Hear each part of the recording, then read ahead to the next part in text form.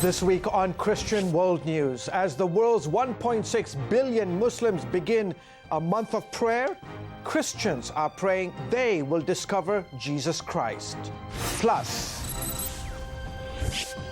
we want them to put more efforts of rescuing the girls.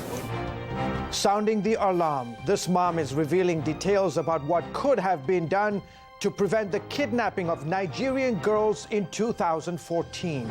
And I heard a very distinct voice, "I'm going to feed you with manna." And I thought, manna? Where did I hear that from? how God led this woman to begin feeding some of the UK's poorest citizens.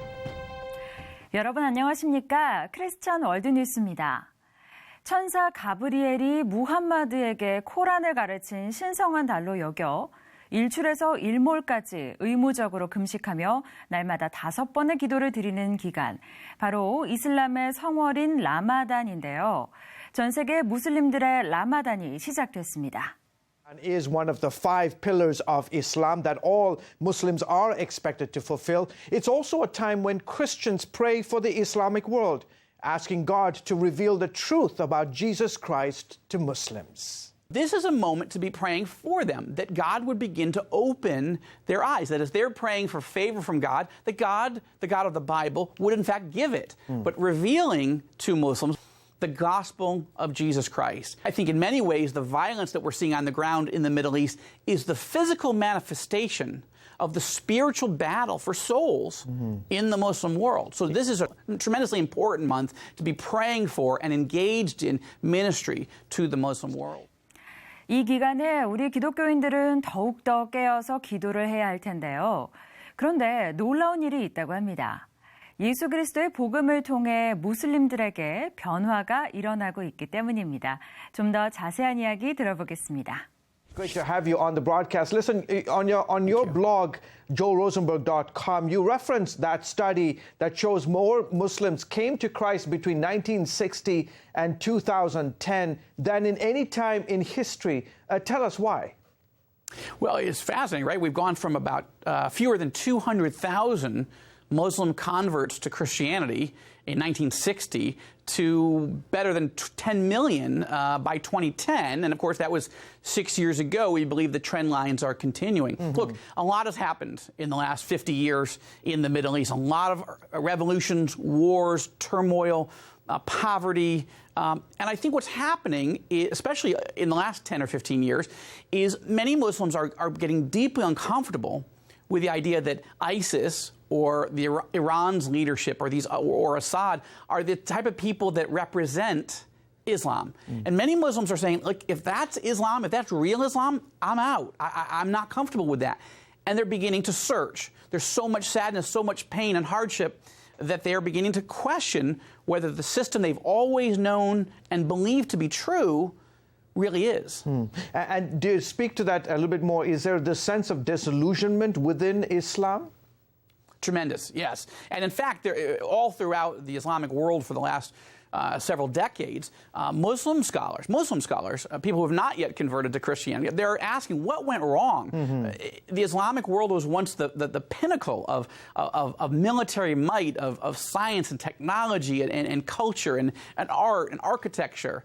And yet now you don't see Nobel Prize winners, Pulitzer Prize winners. You don't see high-tech discoveries. And right, you've got oil, and you've got war, and you've got poverty, and you've got illiteracy. And Muslims are asking, what happened to us? If God is with us, then why are we struggling? And there are different reactions. Some Muslims are saying God is not with us, and we need to become more radicalized and become violent and commit jihad, holy war, as it were. But others are saying, no, maybe we're wrong. And they're beginning to search satellite television, the internet, radio, and other believers that they're just meeting on the ground, as it were, as well as dreams and visions of Christ. God is using many ways to get the gospel message to Islam over the heads of the clerics and the governments, right at a moment when Muslims are going through this tremendous upheaval and soul searching. Would you also say that, there's also more ministry to the Muslim world than ever before?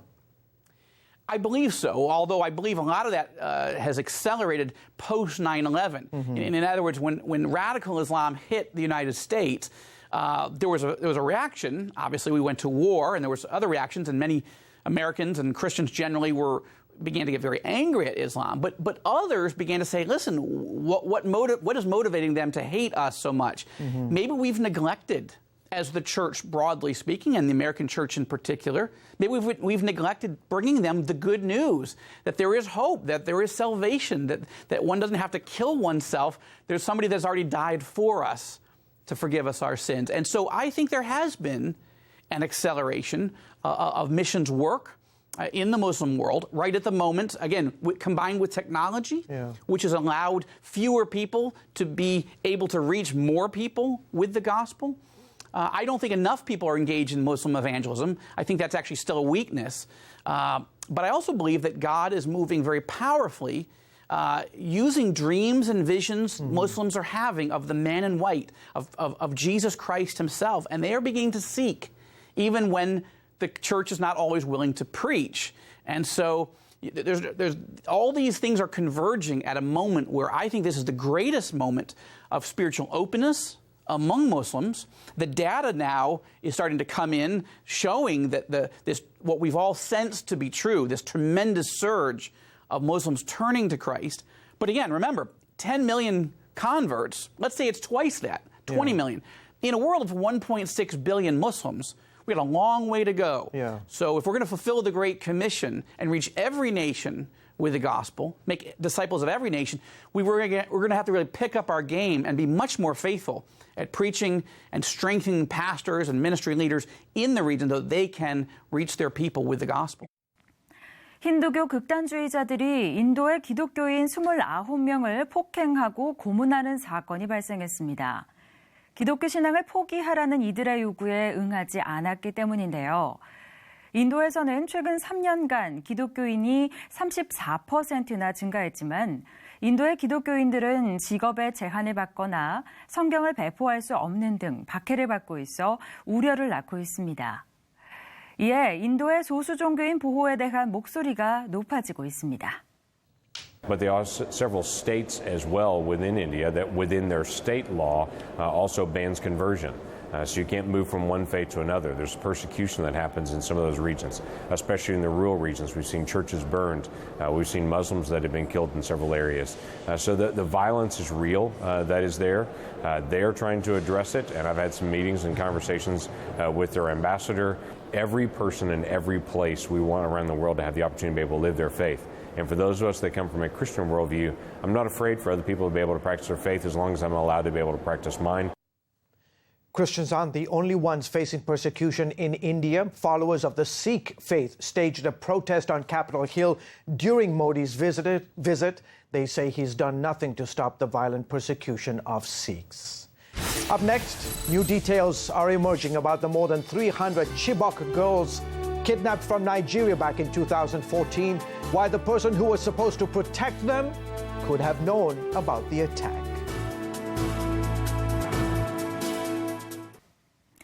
한편 보코하람이 나이지리아의 한 학교에서 약 300명의 소녀들을 납치한 지도 벌써 26개월이 지났습니다.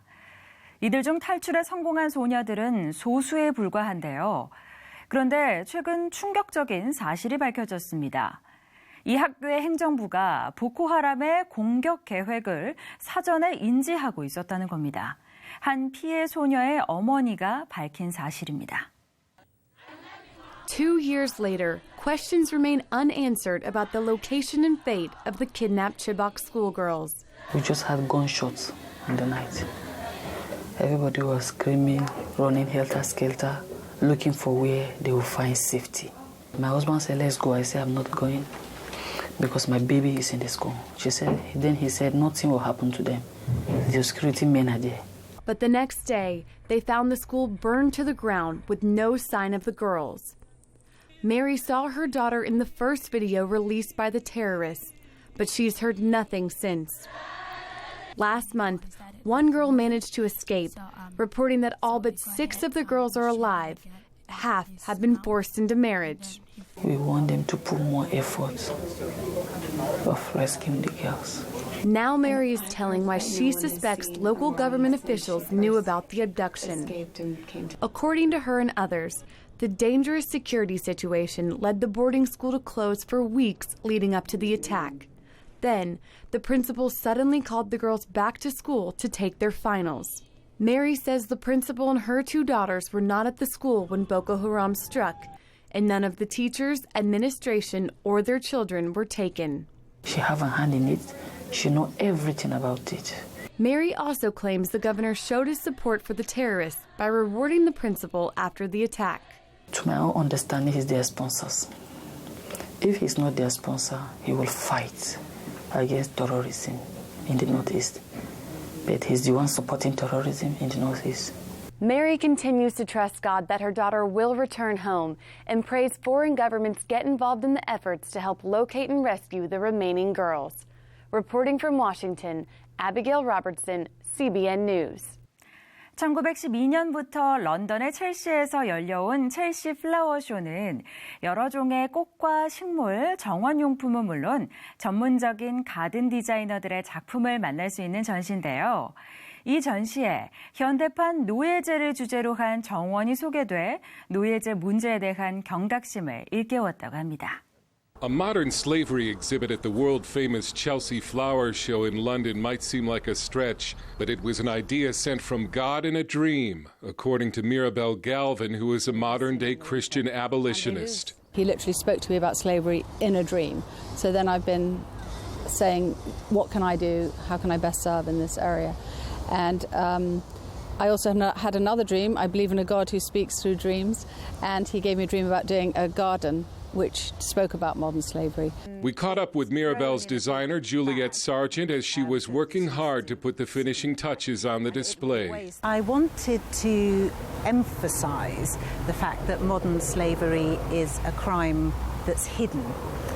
Whereas old slavery was acceptable for one person to own another person. These days it is illegal, so it's a hidden crime behind closed doors. And I thought the easiest way to do that was simply to have some doors in the garden. So there are front doors, typical English front doors, standing upright in the garden, and they are brightly coloured, with lovely planting around the front of them. But then behind those doors, in the centre of the garden, it represents the captive space of modern slaves. So it's dark and there's no plant life. The modern slavery garden is meant to raise awareness that there are 27 million slaves in the world today. The challenge in fighting the modern slavery movement is that it is largely unseen, out of sight and out of mind. So whether people are working in brothels or nail bars, cannabis farms, agricultural, domestic, all these forms of slavery are largely hidden. Mirabel is urging Christians to find out if there is slavery in the supply chain of products they purchase by taking a photo of the product and asking the manufacturer through social media with a hashtag #AskTheQuestion. And obviously one person asking the question isn't a big deal. It's not much pressure on a company. But if 10,000 people are, or a whole army of people are asking the question of a company, is there slavery in your supply chain? Obviously, they're going to have to pay attention. We're happy to report that Mirabel and Juliet's modern slavery garden was awarded a gold medal. Dale Hurd, CBN News, London. Up next, showing love to the least of these, how this woman is helping some of the UK's poorest citizens. 영국에서는 최근 한 여성이 국가 최고의 명예훈장인 대영제국 5급 훈장을 받았다고 합니다. 평범한 이 여성은 어떻게 이처럼 특별한 명예를 얻게 됐을까요? 이 일은 하나님의 음성에서부터 시작됐다고 합니다. There was tremendous loss of Former job. British mental health worker turned stay-at-home mom, June Ross, was vacuuming her rug one day in 2004 when something unexpected happened. I heard a very distinct voice.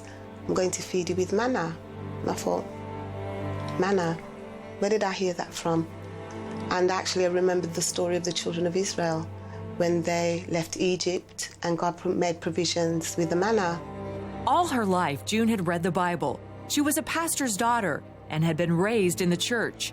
She knew from studying the scriptures that God spoke to people through dreams and visions. His very announcement of his birth came through a dream. June says God told her to prepare for a worldwide economic event 4 years in the future. She would be needed to help feed people. I heard the Lord start to say people are going to be losing their jobs. They won't be able to afford to feed their families. I thought, okay, God, I don't know how this is going to be done, but I'll just be obedient. 3 weeks later, June had a vivid dream with images of a crown, a purple piece of fabric, and food moving rapidly. I dreamt I was standing in front of a supermarket. This time I had a crown on my head and like a purple robe, and my hands was outstretched. And as I looked in my hands, food was coming out at a very phenomenal rate. I didn't understand that either, but that dream again was very profound. The dream was so stirring that June purchased a little tiara and purple fabric to symbolize the images she saw and put them in a box for safekeeping. Because of the dream and the vision, June went out and asked local retailers questions about their unsold food. I said, what do you do with your surplus food? And they basically said, oh, we throw it away. And I thought, oh, well, you know, I would like to come and collect it. Some volunteers, I can put everything in place, contracts and everything else. And they were fine. It was just amazing. They were very welcoming because obviously retailers don't want to throw away their food. They realised that, you know, it could go to better use. For the next 2 years, June's home became the hub of food distribution to the needy in her local community. It literally started with about maybe 10 volunteers, and it started from my home. I would have volunteers helping me to go to the supermarkets, bringing all these crates. I mean, there was no space in the house. There was crates on the stairs, crates in the kitchen. It was just jam-packed. Soon, June named and registered her charity, Esther Community Enterprise. Word got around, and to the point, there was nearly over 4,000 people in and out, coming into my home. The poor is God's heart. When we kind of look at Jesus' ministry, it was always with those people that didn't have any high regards in society. Then, in 2008, just like in June's vision, a global financial crisis and recession hit. There was tremendous loss of jobs. There was a lot of people literally didn't have anything to eat. So everything, what he showed me, literally came to pass. We started having people coming to join different churches, organizations, can we be affiliated? As they came and joined us, the food was distributed in the different communities. By late 2008, Esther Community Enterprise was feeding 17,000 people a month. It was like in the Bible when the Israelites collected manna in the wilderness every morning. June's volunteers quickly got the surplus food to the hungry before the sell date. An amazing team, army of volunteers. By then there was about 300 amazing people. They sacrificed their time, their finances. And so the volunteers really are the main core of what we actually do. June says the most wonderful time for her and her volunteers was the special packages made at Christmas. We're up till 2, 3 o'clock in the morning, and families are waiting for their little parcels to come through, and the tears. There's no words for that. Because everybody needs to eat. No one should be feeling hungry. So when you actually knock at the door, you see these children getting so excited. Oh, Mommy, look, it's here. It's worth it.